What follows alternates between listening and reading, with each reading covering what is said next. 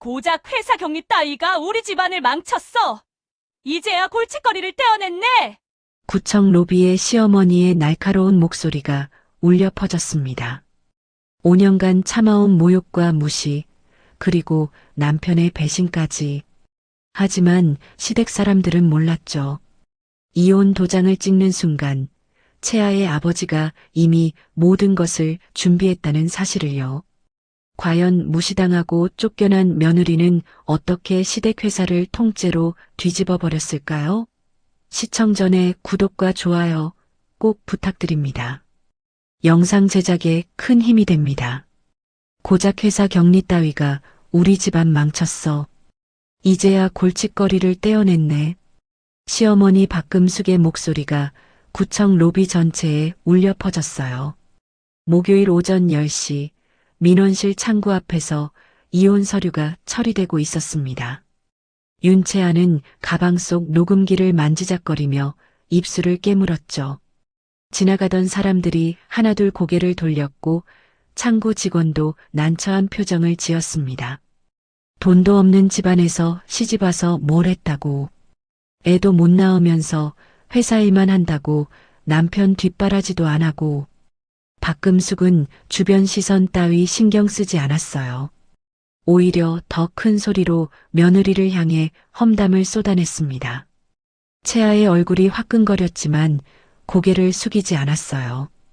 5년 동안 참아왔던 모욕이었지만 오늘만큼은 달랐죠. 당신이 들어오고 나서 우리 회사 분위기만 망가졌어. 나도 이혼하고 싶었어. 남편 강태민이 차갑게 말했습니다.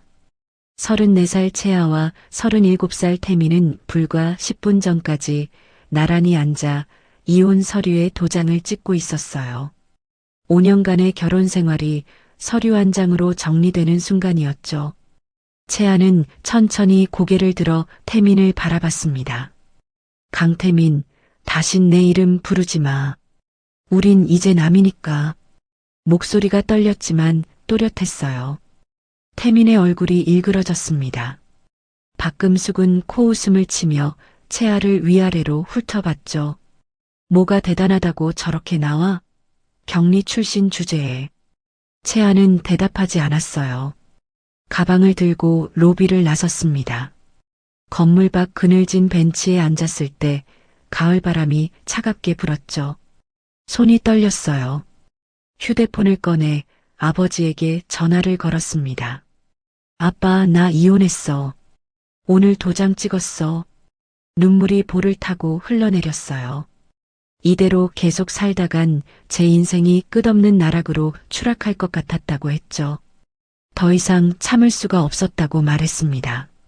지금 어디니? 다치지 말고 집으로 와. 나머지는 내가 다 해결할게. 아버지 윤정호의 목소리는 짧고 단호했어요.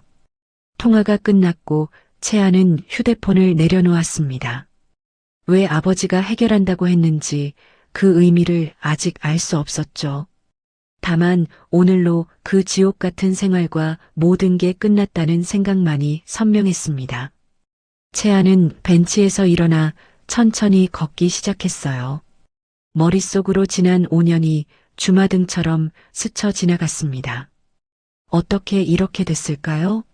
대학 4학년 때 취업 세미나에서 처음 만난 태민은 정말 다른 사람이었어요. 우리 회사를 투명하고 정직하게 만들고 싶어요. 아버지 세대의 구태를 벗어나고 싶습니다. 그때 태민의 눈빛은 진심이었죠. 대한건설 후계자였지만 겸손했고 열정적이었어요. 채아는 그런 태민에게 끌렸습니다. 중견 기업 그린피아 그룹 재무팀에서 일하던 채아도 비슷한 꿈이 있었거든요. 당신처럼 숫자로 진실을 읽어내는 사람이 정말 멋져요. 태민이 말했었죠. 두 사람은 자주 만나 회사 경영과 투명성에 대해 이야기를 나눴어요. 졸업 후 2년 동안 연애하고 결혼했습니다. 결혼식 날 아버지가 조용히 귓속말을 했던 게 기억났어요. 채아야, 힘들면 언제든 아빠한테 말해. 혼자 참지 마. 채아는 고개를 끄덕였지만 그때는 무슨 말인지 이해하지 못했어요. 태민의 가족들이 이렇게 될 줄은 몰랐거든요. 결혼 3개월 후 태민이 제안했습니다. 여보, 우리 회사로 오는 게 어때? 당신 같은 실력자가 있으면 정말 든든할 것 같아.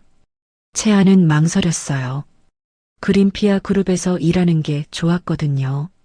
하지만 태민의 간곡한 부탁과 시어머니의 압박이 계속됐죠.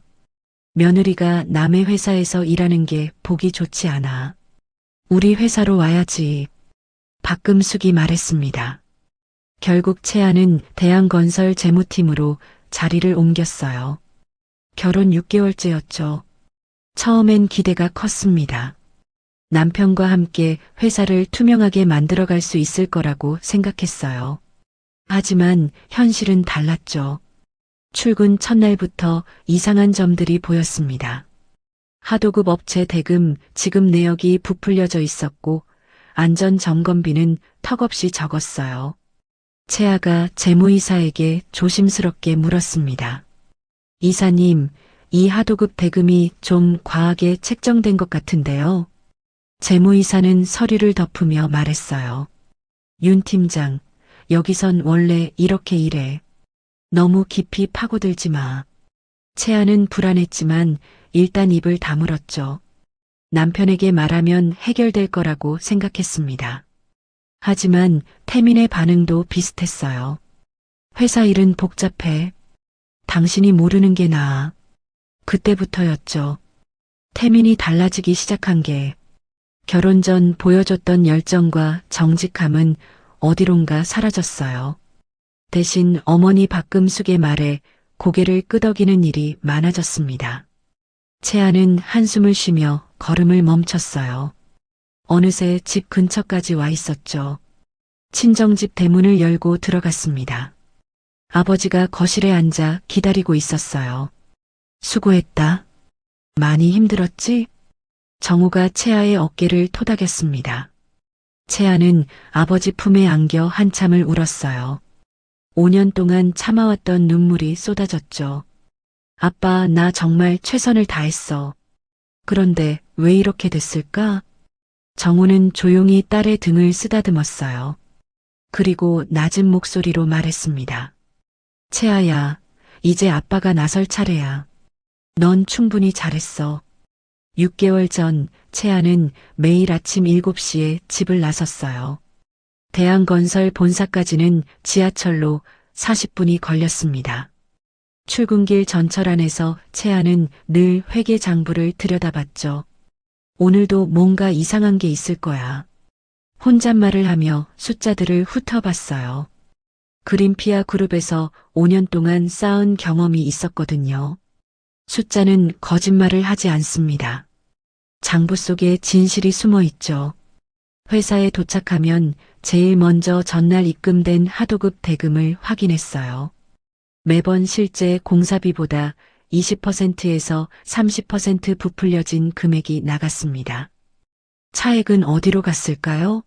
채아는 조금씩 추적하기 시작했죠. 어느 날 야근을 하다가 회장실 컴퓨터를 확인할 기회가 생겼어요. 시아버지가 출장을 간 날이었습니다. 채아는 조심스럽게 파일들을 열어봤죠. 그리고 충격적인 사실을 발견했습니다. 차명 계좌가 50개나 있었어요. 유령 회사도 12곳이나 됐죠. 하도급 대금 차액이 모두 이 계좌들로 빠져나가고 있었습니다. 채아의 손이 떨렸어요. 이게 뭐야? 이건 명백한 횡령이잖아. 더 깊이 파고들자 작년 여름 공사장 붕괴 사고 기록도 나왔어요. 안전 점검을 건너뛰고 자재비를 빼돌린 게 사고 원인이었습니다. 부상자가 3명이나 됐는데 회사는 은밀히 합의금을 주고 사고를 축소 보고했죠. 채아는 USB에 모든 자료를 복사했어요. 그때 뒤에서 인기척이 났습니다. 깜짝 놀라 돌아보니 재무이사가 서 있었죠. 윤 팀장, 지금 뭐 하는 거야? 이사의 목소리가 차갑게 식어 있었어요. 채아는 USB를 주머니에 넣으며 대답했습니다. 업무 자료 정리하고 있었습니다. 이사는 채아에게 다가와 낮은 목소리로 말했어요. 모르는 척 하는 게 신상에 좋을 거야. 여기는 원래 이렇게 돌아가는 곳이야. 괜히 나서지 마. 채아는 아무 말도 하지 않았어요. 이사가 나간 후 가슴이 두근거렸습니다. 이 증거를 어떻게 해야 할까요? 남편에게 말해야 할까요? 집에 돌아와 태민을 기다렸어요. 밤 11시가 넘어서야 태민이 들어왔습니다. 술 냄새가 났죠. 여보, 우리 회사 회계 장부 좀 이상한 것 같아. 채아가 조심스럽게 말했어요. 태민은 넥타이를 풀며 짜증스럽게 대답했습니다. 또 그 얘기야? 회사 일은 신경 쓰지 마. 당신이 알 필요 없어. 하지만 이건 불법이야. 차명 계좌로 돈이 빠져나가고 있다고. 태민의 얼굴이 굳어졌어요. 채아를 쏘아보며 말했죠. 그거 어떻게 알았어? 회장실 컴퓨터 봤어? 채아는 대답하지 않았습니다. 태민이 소리를 높였어요. 당신 지금 우리 집안 무너뜨리려고 작정했어? 회사 기밀을 함부로 들춰보고. 기밀이 아니라 범죄잖아. 채아도 목소리를 높였죠. 5년 결혼 생활에서 처음으로 크게 다퉜습니다. 태민은 방문을 쾅 닫고 나가버렸어요. 채아는 소파에 주저앉아 한참을 울었습니다. 그날 이후로 태민은 더 자주 늦게 들어왔어요. 핑계는 항상 회사 일이었죠. 채아는 의심이 들기 시작했습니다. 정말 회사에 있는 걸까요? 어느 금요일 밤이었어요. 채아는 회사 근처 편의점에서 퇴근하는 태민을 기다렸습니다. 9시쯤 태민이 회사에서 나왔죠. 하지만 집 방향이 아니라 반대쪽으로 걸어갔어요. 채아는 조심스럽게 뒤를 따랐습니다. 태민은 강남역 근처 고급 레스토랑으로 들어갔어요. 창문 너머로 보니 20대 후반으로 보이는 여자가 기다리고 있었죠. 두 사람은 포옹했어요. 태민이 여자의 허리에 손을 올렸습니다. 친밀한 분위기였죠. 채아의 가슴이 철렁 내려앉았어요. 저 여자는 누구지? 다음날 회사에 나가 조용히 알아봤습니다. 홍보팀 막내 사원 한유진이었어요. 27살이었죠. 채아보다 7살이나 어렸습니다. 채아는 화장실에 들어가 거울을 봤어요. 야근으로 지친 얼굴, 다크서클, 푸석한 피부. 거울 속 자신이 낯설게 느껴졌습니다. 내가 뭘 잘못한 걸까? 눈물이 나려는 걸 참았어요. 화장을 고치고 자리로 돌아왔죠. 그날 이후로 채아는 더 많은 증거를 모으기 시작했습니다. 회사의 부정과 남편의 불륜, 두 가지 모두요. 주말마다 회사에 나와 자료를 정리했어요. 하도급 대금 부풀리기 내역, 안전 점검비 삭감 기록, 차명 계좌 송금 내역까지 모든 걸 USB에 담았습니다. 태민의 불륜 증거도 모았어요. 레스토랑에서 찍은 사진, 호텔 주차장에서 목격한 장면들, 휴대폰에 저장했죠. 어느 일요일이었어요. 시댁 저택에서 가족 모임이 있었습니다. 친척 30명이 모였죠. 채아는 주방에서 설거지를 하고 있었어요. 거실에서 박금숙의 목소리가 들렸습니다. 우리 며느리가 참 답답해. 경리 출신이 뭘 안다고 회사 일에 이래라 저래라 해. 친척들이 웃었어요. 채아는 입술을 깨물었습니다. 결혼할 때도 혼수를 변변히 못 가져왔잖아. 친정에서 보탠 것도 없고. 박금숙이 계속 말했죠. 채아는 그릇을 닦으며 참았습니다. 손주도 안 낳고 뭐 하는 건지. 맨날 회사 일만 한다고 밤늦게 들어오고. 채아가 거실로 나왔어요. 조용히 말했습니다. 어머님, 제가 듣고 있는데 그런 말씀하시면 안 되죠. 박금숙의 얼굴이 일그러졌어요. 며느리가 시어머니한테 대드는 거야? 이게 요즘 젊은 것들 버릇이야. 태민은 채아를 보며 눈짓했죠. 그만하고 사과하라는 뜻이었어요. 하지만 채아는 고개를 돌렸습니다. 죄송하지만 저도 사람입니다. 존중받을 권리가 있어요. 그날 이후로 시댁 식구들과의 관계는 더 악화됐어요. 채아는 이제 확신했습니다. 이 결혼 생활은 끝이라고요. 3개월이 지났어요. 채아는 더 많은 증거를 모았습니다. 이제 확실했죠. 대한건설은 겉으로는 멀쩡해 보였지만 속은 완전히 썩어 있었어요. 어느 월요일 아침이었습니다. 채아가 출근하자 재무팀 전체가 술렁이고 있었어요. 뭔가 큰일이 난 것 같았죠. 무슨 일이에요? 동료에게 물었습니다. 동료가 작은 목소리로 대답했어요. 작년에 우리가 맡았던 부산 현장 있잖아요. 거기서 또 사고 났대요. 이번엔 크대요. 채아의 얼굴이 굳어졌어요. 작년에 붕괴 사고가 났던 바로 그 현장이었습니다. 안전 점검을 제대로 하지 않아서 생긴 사고였죠. 지금 회장님이랑 사장님이 급하게 내려가셨어요. 또 은폐하려는 것 같던데. 채아는 자리에 앉아 뉴스를 검색했어요. 아직 기사는 나오지 않았습니다. 회사가 언론을 막고 있는 거였죠. 점심시간에 태민한테서 문자가 왔어요. 오늘 밤 늦을 것 같아. 부산에 급한 일이 생겼어. 채아는 답장하지 않았습니다. 대신 부산 현장 안전 담당자에게 전화를 걸었어요. 저 재무팀 윤채아인데요. 오늘 사고 어떻게 된 거예요? 담당자가 한숨을 쉬며 대답했습니다. 말도 마세요. 작년에 제대로 보수하라고 했는데 예산 없다고 안 했잖아요. 결국 이렇게 됐네요. 부상자는요? 이번엔 5명이에요. 그중 1명은 중상이고요. 회사에서 또 조용히 처리하려고 하는데 이번엔 안 될 것 같아요. 채아는 통화를 끊고 생각에 잠겼어요.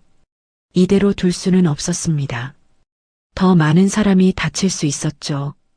그날 저녁 채아는 오랜만에 아버지와 저녁을 먹었어요. 작은 한식당에서 둘이서 조용히 식사했습니다. 채아야, 요즘 얼굴이 안 좋아 보여. 무슨 일 있어?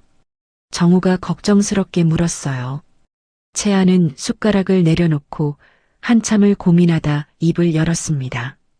아빠, 나 시댁에서 너무 힘들어. 그리고 회사도. 무슨 일인데? 채아는 그동안 모은 증거들에 대해 조심스럽게 말했어요. 회계 부정, 안전사고 은폐, 그리고 오늘 또 일어난 사고까지. 정우의 표정이 점점 굳어졌습니다. 딸의 이야기를 끝까지 들은 후 조용히 말했어요. 그래서 채아는 어떻게 하고 싶은데? 채아는 잠시 망설이다 대답했습니다. 모르겠어요. 증거는 있는데 어떻게 해야 할지. 남편한테 말해도 소용없고 시댁 식구들은 오히려 저를 미워하고. 정우가 딸의 손을 잡았어요. 채아야, 아빠가 하나만 물어볼게. 그 결혼 생활 계속하고 싶어? 채아는 고개를 저었습니다. 눈물이 고였죠. 아니요.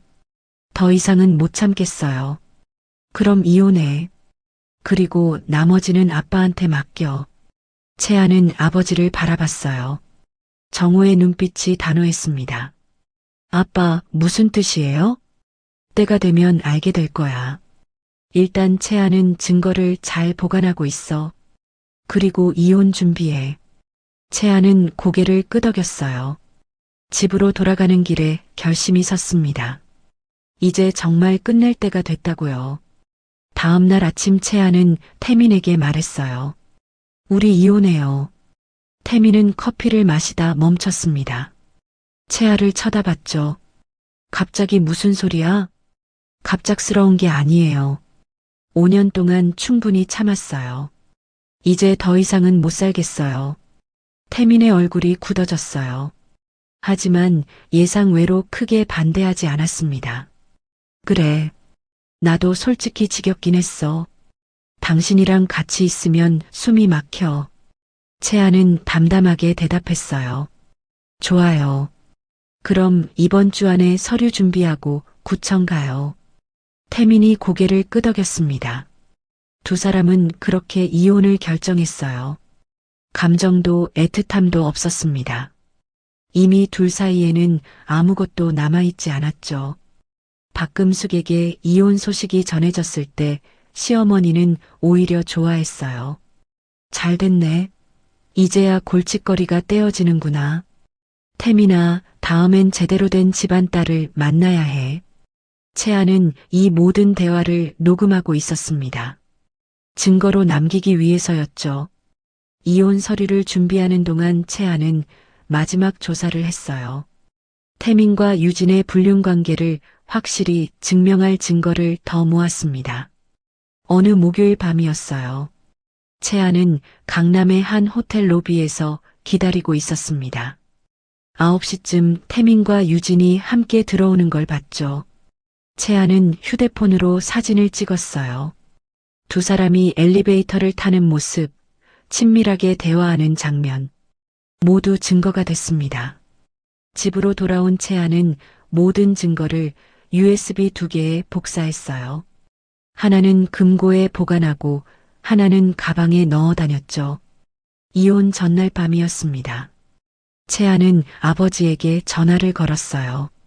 아빠, 내일 이혼해요. 알고 있어. 채아야, 내일 끝나면 집으로 와. 아빠가 보여줄 게 있어. 뭔데요? 내일 보면 알아. 그리고 채아, 힘내. 이제 새로운 시작이야. 채아는 통화를 끊고 창밖을 바라봤어요. 내일이면 모든 게 바뀔 거라는 예감이 들었습니다. 그런데 어떻게 바뀔지는 아직 몰랐죠. 이혼 당일 밤 8시, 채아는 아버지의 서재에 앉아 있었어요. 정우는 책상 앞에 앉아 서류를 펼쳐 놓았습니다. 채아의 눈이 서류로 향했죠. 이게 뭐예요? 채아가 물었어요. 서류 맨 위에는 주식 매매 계약서라고 적혀 있었습니다. 매수 대상 기업명이 눈에 들어왔죠. 대한건설. 채아야, 아빠가 내게 말하지 않은 게 있어. 정우의 목소리가 차분했지만 무게가 있었어요. 채아는 긴장하며 아버지를 바라봤습니다. 내가 결혼한 직후부터 아빠가 대한건설 주식을 사기 시작했어. 채아의 눈이 커졌어요. 서류를 자세히 보니 매입 시작일이 결혼 1년 후였습니다. 금액도 상당했죠.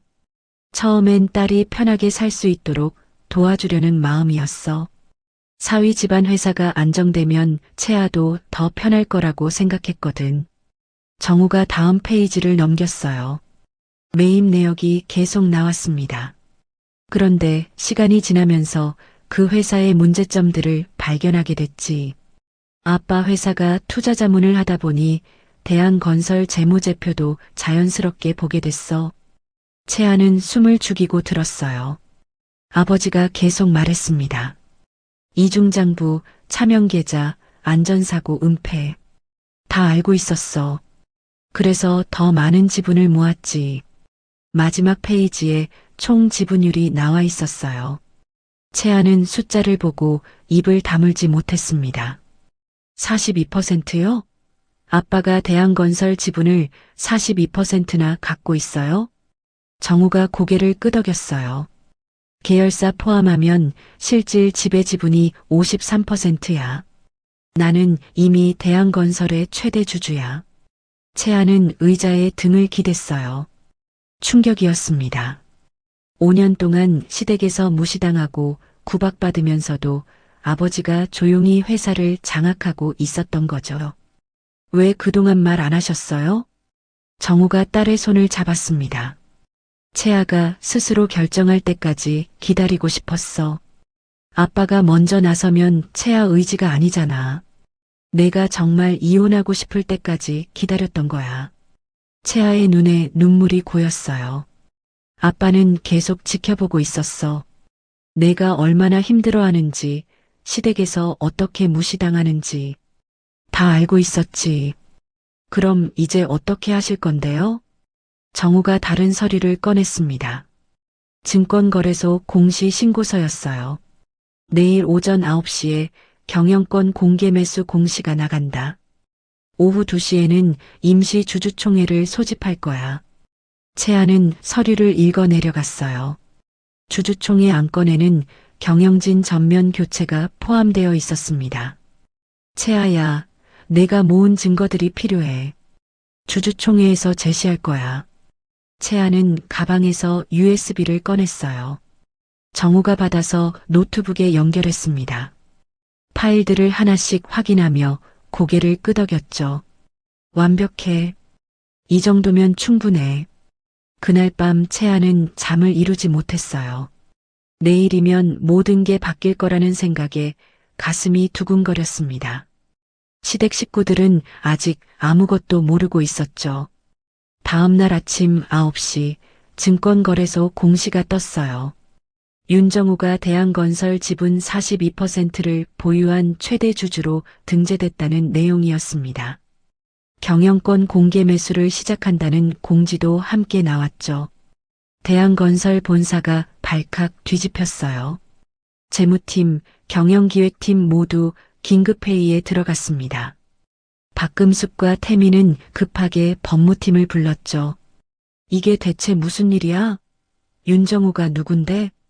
박금숙이 소리쳤어요. 법무팀장이 조심스럽게 대답했습니다. 회장님, 윤정우는 국내 최대 사모펀드 중 하나인 청솔인베스트먼트 대표입니다. 그리고 뭐? 윤채아 씨의 친부이십니다. 회의실이 조용해졌어요. 태민의 얼굴이 새하얗게 질렸습니다. 뭐라고? 장인어른이 우리 회사 주식을? 법무팀장이 서류를 테이블에 올려놓았어요. 3년 전부터 꾸준히 매입하신 것 같습니다. 그리고 오후 2시에 임시 주주총회가 소집됩니다. 안건은 경영진 교체입니다. 박금숙이 테이블을 쳤어요. 말도 안 돼. 당장 막아야 해. 하지만 법무팀장은 고개를 저었습니다. 법적으로 문제없는 절차입니다. 최대 주주의 권한이죠. 오전 내내 대한건설 임원들은 대책회의를 했어요. 하지만 별다른 수가 없었습니다. 정우의 지분이 압도적이었거든요. 오후 1시 30분 채아가 아버지와 함께 대한건설 본사에 도착했어요. 20층 대회의실로 올라갔습니다. 이사진 10명이 이미 자리에 앉아 있었죠. 채아가 들어서자 모두의 시선이 집중됐어요. 박금숙과 태민의 표정이 일그러졌습니다. 저 여자가 왜 여기 있어? 박금숙이 날카롭게 말했어요. 정우가 차분하게 대답했습니다. 제 딸이자 증인입니다. 오늘 회의에 필요한 자료를 가지고 왔습니다. 정우와 채아가 상석에 앉았어요. 정우가 회의를 시작했습니다. 윤정우입니다. 대한건설 최대 주주로서 오늘 경영진 전면 교체를 제안합니다. 이사들이 술렁였어요. 정우가 프로젝터를 켰습니다. 채아가 준비한 자료들이 화면에 나타났죠. 첫 번째는 하도급 대금 부풀리기 내역이었어요. 지난 3년간 총 80억 원이 부당하게 빠져나간 기록이 상세히 나와 있었습니다. 이건 명백한 횡령입니다. 프로젝터 화면이 바뀌었어요. 차명계좌 50개의 거래 내역이 나타났습니다. 입금자는 모두 대한건설 협력업체들이었고 출금 내역은 개인 용도로 사용된 것들이었죠. 이 계좌들의 실소유주가 누구인지 아십니까? 정우가 물었어요. 이사들이 서로를 쳐다봤습니다. 정우가 다음 슬라이드를 보여줬죠. 강태민 대표이사와 박금숙 이사입니다. 박금숙이 벌떡 일어섰어요. 거짓말이야. 우리를 모함하려고 조작한 거잖아. 채아가 조용히 말했습니다. 조작이 아닙니다. 금융거래 내역은 금융감독원에서 직접 발급받은 공식 문서입니다. 채아가 서류 뭉치를 테이블에 올려놓았어요. 이사들이 하나씩 집어들고 확인했습니다. 이건 진짜네요. 한 이사가 중얼거렸어요. 박금숙의 얼굴이 붉어졌습니다. 태민은 고개를 숙이고 아무 말도 하지 않았어요. 더 심각한 건 이겁니다. 화면에 작년 부산 현장 붕괴 사고 보고서가 나타났어요. 공식 보고서에는 자연재해로 인한 불가항력적 사고라고 적혀 있었습니다. 하지만 실제는 달랐죠.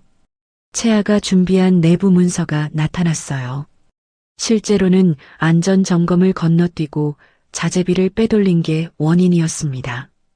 부상자 3명에게 은밀히 합의금을 주고 사고를 축소 보고했죠. 이사들의 표정이 굳어졌어요. 더 충격적인 건 다음이었습니다. 그리고 엊그제 같은 현장에서 또 사고가 났습니다. 이번엔 부상자가 5명입니다. 그중 1명은 중상이고요. 회의실이 조용해졌어요.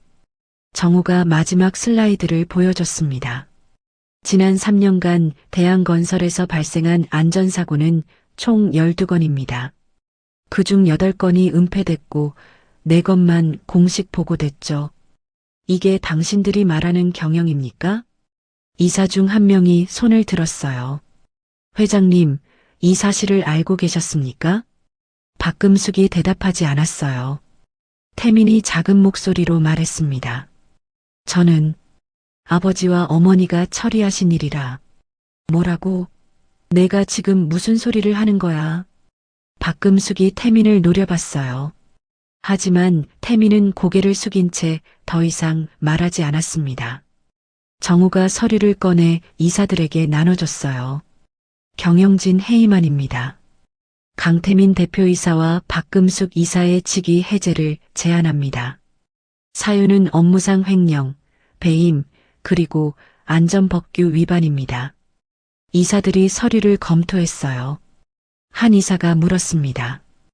해임 후 새로운 경영진은 어떻게 구성하실 계획입니까? 정우가 채아를 바라봤어요. 제 딸 윤채아를 신임 CFO로 추천합니다. 회의실이 다시 술렁였어요. 박금숙이 비웃었습니다. 격리 출신 따위를 CFO로? 말도 안 돼. 채아가 일어섰어요. 처음으로 시어머니를 똑바로 쳐다봤습니다. 저는 그린피아 그룹 재무팀장을 5년간 역임했습니다. 회계사 자격증도 있고요. 격리 출신이 아니라 재무 전문가입니다. 그리고 지난 3년간 대한건설의 모든 부정을 파악하고 증거를 수집했습니다. 이 회사를 투명하게 만들 자신이 있습니다. 이사 1명이 박수를 쳤어요. 다른 이사들도 하나둘 박수에 동참했습니다. 표결하겠습니다. 정우가 말했어요.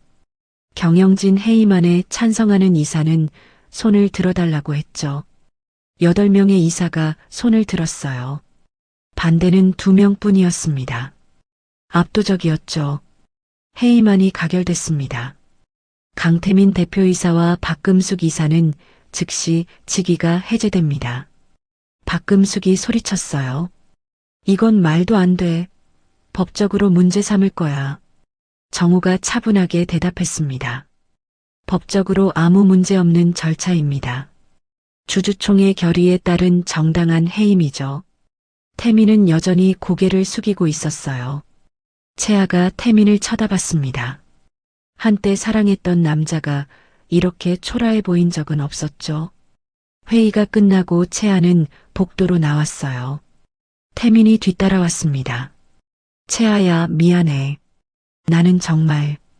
채아가 손을 들어 태민의 말을 막았어요. 미안하다는 말하지 마세요. 이미 늦었어요. 태민의 눈에 눈물이 고였어요. 처음부터 다시 시작할 수는 없을까? 채아는 고개를 저었습니다. 당신은 환자들을 돌보겠다던 초심을 잃었어요. 돈과 권력에 눈이 멀었죠. 그런 사람과 다시 시작할 수는 없어요. 채아가 돌아서서 걸어갔어요. 뒤를 돌아보지 않았습니다. 다음 날 아침 채아는 대한건설 본사 20층 CFO실에 앉아 있었어요. 넓은 사무실에 햇빛이 들어왔습니다. 오전 10시에 전 직원 대상 긴급회의가 예정되어 있었습니다. 채아는 준비한 발표 자료를 다시 한번 점검했죠. 9시 50분 1층 대강당으로 내려갔어요. 직원 300명이 모여 있었습니다. 채아가 단상에 오르자 웅성거림이 잦아들었죠.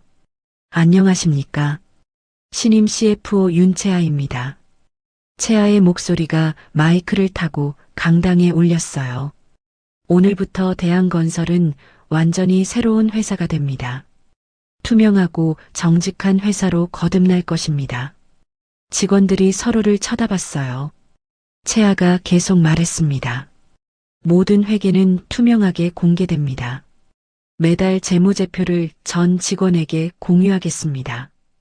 협력업체에 대한 미지급금을 즉시 정산합니다. 지난 3년간 부당하게 공제된 금액 80억 원을 이번 주 안에 전액 지급하겠습니다. 강당이 술렁였어요. 80억이라는 금액에 놀란 거였죠. 안전점검 시스템을 전면 재구축합니다. 모든 현장에 안전관리자를 배치하고 월 1회 이상 정기 점검을 실시하겠습니다. 채아가 화면을 바꿨어요. 조직도가 나타났습니다. 그리고 투명 경영 TF팀을 신설합니다. 부정과 비리를 감시하고 개선하는 전담 조직입니다. 한 직원이 손을 들었어요. CFO님, 그런 개혁을 하려면 비용이 많이 들 텐데 회사가 감당할 수 있을까요? 좋은 질문입니다. 차명계좌로 빠져나간 240억 원을 전액 회수했습니다. 이 돈으로 충분히 가능합니다. 직원들 사이에서 박수가 나왔어요. 채아는 미소 지으며 말을 이었습니다. 여러분, 우리는 건설회사입니다. 사람들이 살아갈 공간을 만드는 곳이죠. 그 책임감을 잊지 맙시다. 회의가 끝나고 채아는 재무팀을 불렀어요. 협력업체 미지급금 정산 작업을 시작했습니다. 이번 주 금요일까지 전액 지급 완료해야 해요.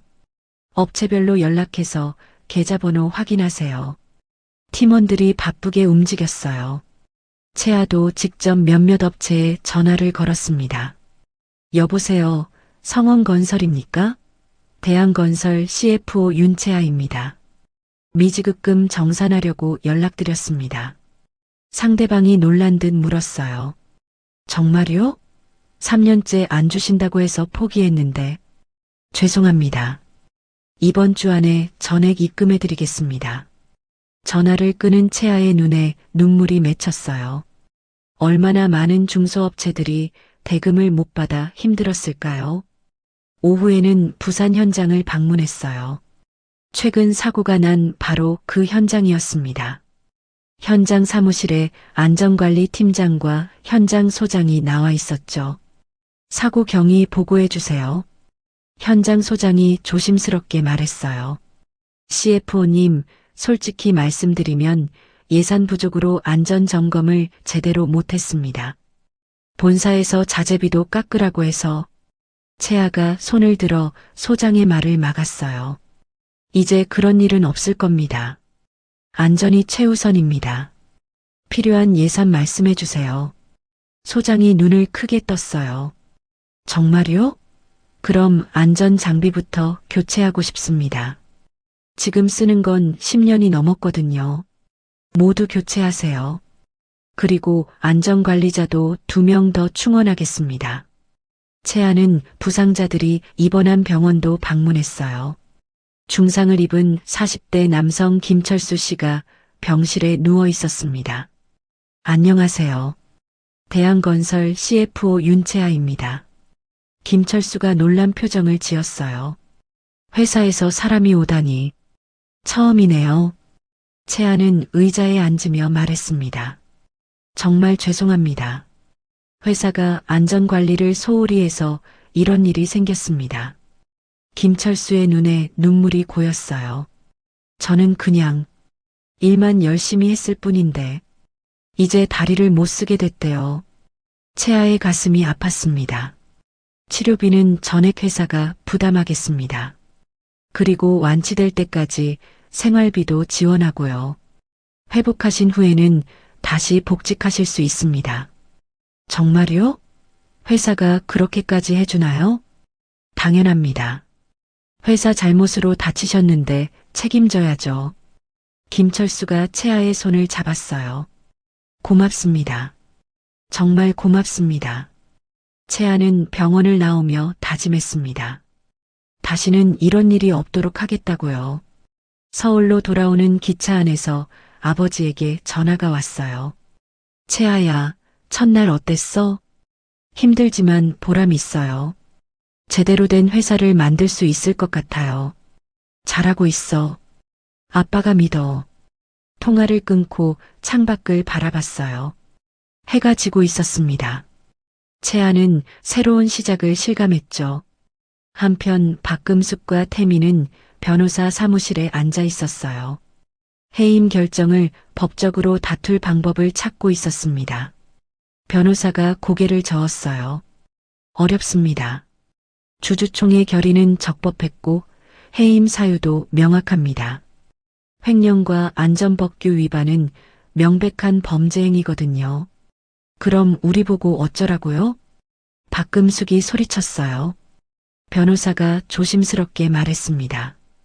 검찰 조사가 시작되면 구속영장이 청구될 가능성이 높습니다. 미리 대비하시는 게 좋겠습니다. 태민의 얼굴이 창백해졌어요. 박금숙은 가방을 들고 벌떡 일어났습니다. 말도 안 돼. 우리가 왜? 하지만 현실은 냉정했죠. 다음 주 월요일 검찰에서 소환 통지서가 날아왔습니다. 한 달이 흘렀어요. 채아는 매일 아침 6시에 일어나 7시 30분에 출근했습니다. CFO실에서 하루를 시작하는 게 이제는 자연스러웠죠. 재무팀 회의가 열렸어요. 팀원들이 보고서를 들고 들어왔습니다. CFO님, 지난달 협력업체 만족도 조사 결과 나왔습니다. 어떻게 나왔어요? 팀원이 그래프를 보여줬어요. 전년 대비 95% 상승했습니다. 특히 대금 지급 신속성 항목이 100점 만점을 받았고요. 채아는 미소 지었어요.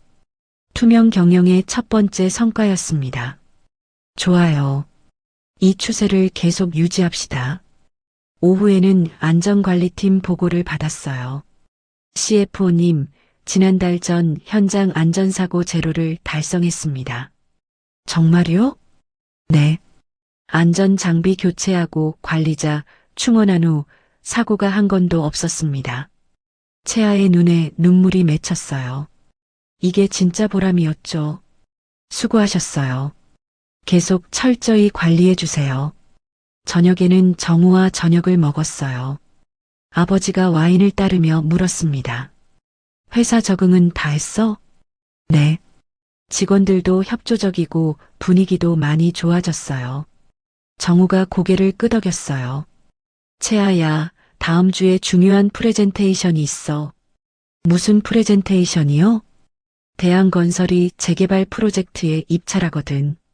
낙찰되면 회사가 완전히 달라질 거야. 채아는 긴장했어요.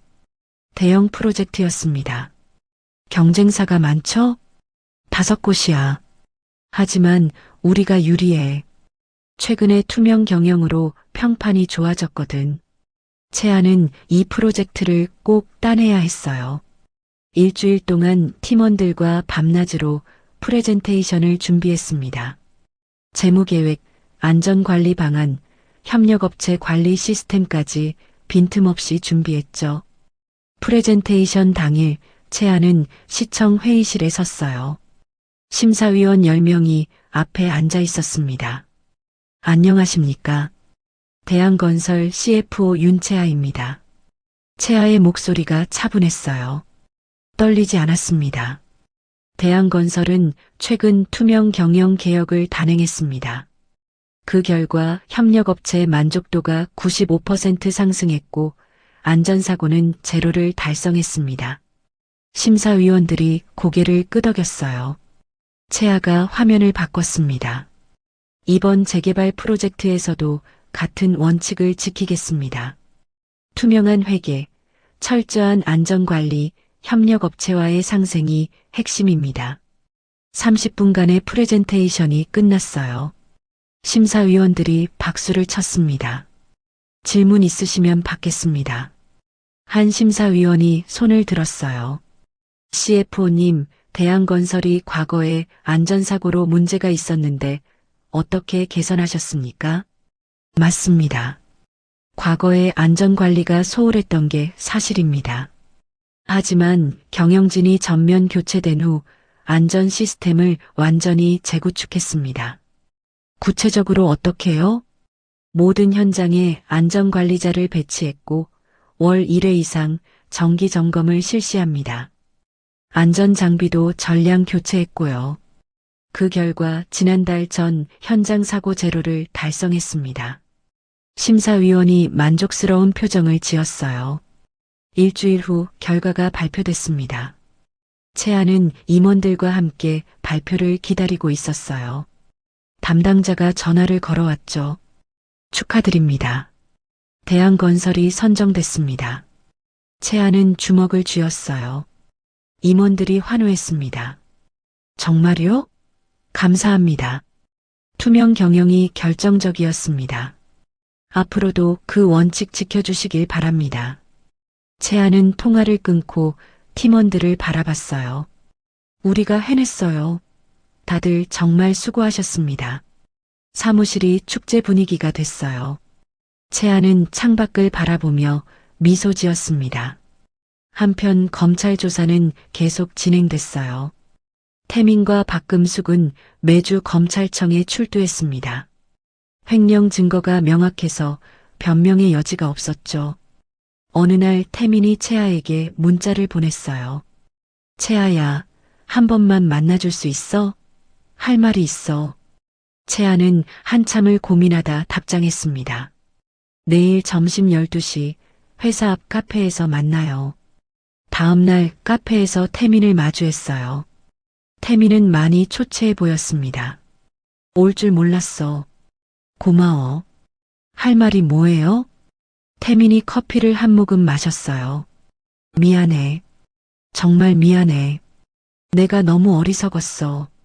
채아는 아무 말도 하지 않았어요. 태민이 계속 말했습니다. 나는 처음엔 정말 좋은 회사를 만들고 싶었어. 그런데 어느 순간 돈에 눈이 멀었나 봐. 채아가 조용히 말했어요. 당신은 선택할 기회가 여러 번 있었어요.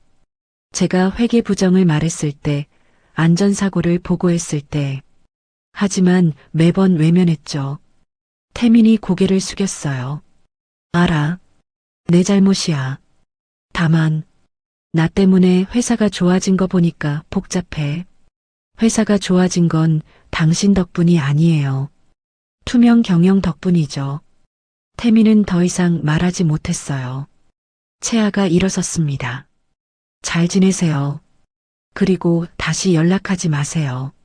채아는 카페를 나왔어요. 뒤를 돌아보지 않았습니다. 1년이 흘렀어요. 채아는 35살이 됐고 대한건설 CFO로서 완벽히 자리를 잡았습니다.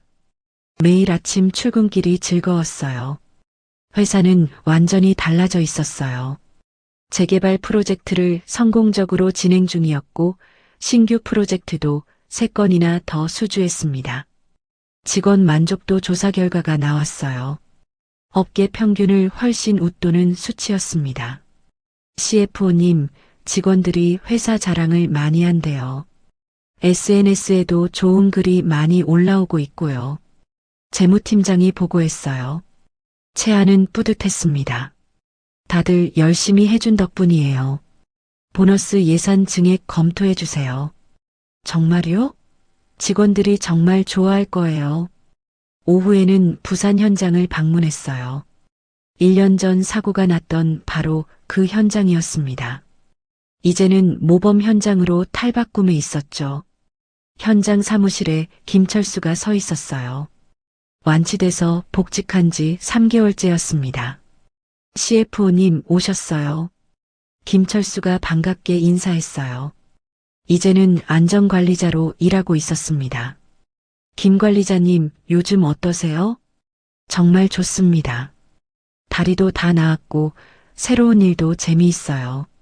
특히 후배들한테 안전 교육하는 게 보람 있어요. 채아는 현장을 둘러봤어요. 작업자들이 안전장비를 완벽히 착용하고 일하고 있었습니다. 이 현장이 이번 달 안전 우수 현장으로 선정됐어요. 현장 소장이 자랑스럽게 말했어요. 다들 수고하셨어요. 채아는 서울로 돌아오는 기차 안에서 창밖을 바라봤어요. 1년 전 이맘때가 생각났습니다. 이혼 도장을 찍고 모든 게 끝났다고 생각했었죠.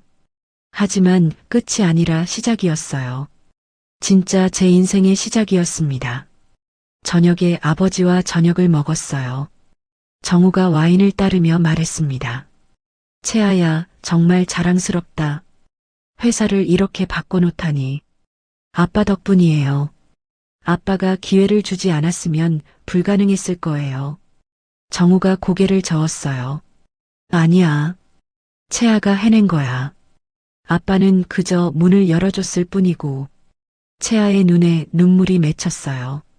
정우가 딸의 손을 잡았습니다. 그런데 채아야, 아빠 회사 물려받을 생각은 없어? 채아는 미소 지으며 대답했어요. 아빠, 저는 제가 일궈낸 이곳이 더 좋아요. 여기서 더 많은 사람들에게 기회를 주고 싶어요. 정우가 웃었어요. 그럴 줄 알았어. 우리 딸 정말 컸네. 다음 날 채아는 안전경영 시상식에 참석했습니다. 대한건설이 올해의 안전경영 우수기업으로 선정됐다는 내용이었죠. 시상식 날 채아는 단상에 올라 상을 받았어요. 청중석에는 대한건설 임직원들이 앉아 있었습니다. 수상 소감 부탁드립니다. 채아가 마이크를 잡았어요. 대한건설을 대표해서 이 상을 받게 되어 영광입니다. 1년 전 우리 회사는 많은 문제가 있었습니다. 청중이 조용해졌어요. 하지만 투명 경영과 안전 최우선 원칙을 지키면서 완전히 달라질 수 있었습니다. 이건 임직원 모두의 노력 덕분입니다. 박수가 터져 나왔어요. 그리고 무엇보다 중요한 건 사람입니다. 직원도 사람이고 협력업체 직원도 사람이고 현장 작업자도 사람입니다. 사람을 존중하는 회사가 진짜 좋은 회사라고 믿습니다. 기립박수가 이어졌어요. 채아는 고개를 숙여 인사했습니다. 시상식이 끝나고 김철수가 다가왔어요. CFO님, 정말 멋진 소감이었어요. 저도 이 회사 직원인 게 자랑스럽습니다. 채아가 김철수의 손을 잡았어요. 김 관리자님이야말로 우리 회사의 자산입니다. 계속 잘 부탁드려요. 한편 태민은 징역 3년을 선고받고 복역 중이었어요. 박금숙은 전 재산을 몰수당하고 서울을 떠났어요. 지방 소도시 원룸에서 조용히 살고 있다는 소식을 들었습니다. 유진은 불륜 사실이 알려진 후 회사를 그만뒀어요. SNS도 모두 비공개로 전환했죠. 채아는 이들에 대해 원망하는 마음이 없었어요. 오히려 그들 덕분에 더 강해질 수 있었다고 생각했습니다. 토요일 오후 채아는 아버지와 함께 한강을 걸었어요. 가을바람이 상쾌하게 불었습니다. 채아야, 요즘 행복해? 정우가 물었어요. 채아는 고개를 끄덕였습니다. 네, 정말 행복해요. 하고 싶은 일을 하면서 많은 사람들에게 도움이 되고 있으니까요. 다른 사람 만날 생각은 없어? 채아가 웃었어요. 아직은 괜찮아요. 일이 너무 재미있어서요. 정우가 딸의 어깨를 토닥였어요. 그래, 천천히 생각해. 아빠는 채아가 행복하기만 하면 돼. 두 사람은 한참을 걸으며 이야기를 나눴어요. 과거에 대한 이야기, 현재에 대한 이야기, 그리고 미래에 대한 이야기. 채아는 깨달았습니다. 진정한 성공은 타인의 인정이 아니라 자신의 만족에서 온다는 것을요. 1년 전 구청 로비에서 모욕당하던 그때가 생각났어요. 시어머니의 날카로운 목소리, 남편의 차가운 시선, 주변 사람들의 동정 어린 눈빛. 하지만 그 순간이 있었기에 지금의 채아가 있었습니다. 무시당했기에 더 강해질 수 있었고 배신당했기에 진짜 실력을 증명할 수 있었죠. 채아가 1년 동안 배운 인생의 교훈이었어요. 월요일 아침 채아는 다시 출근했어요.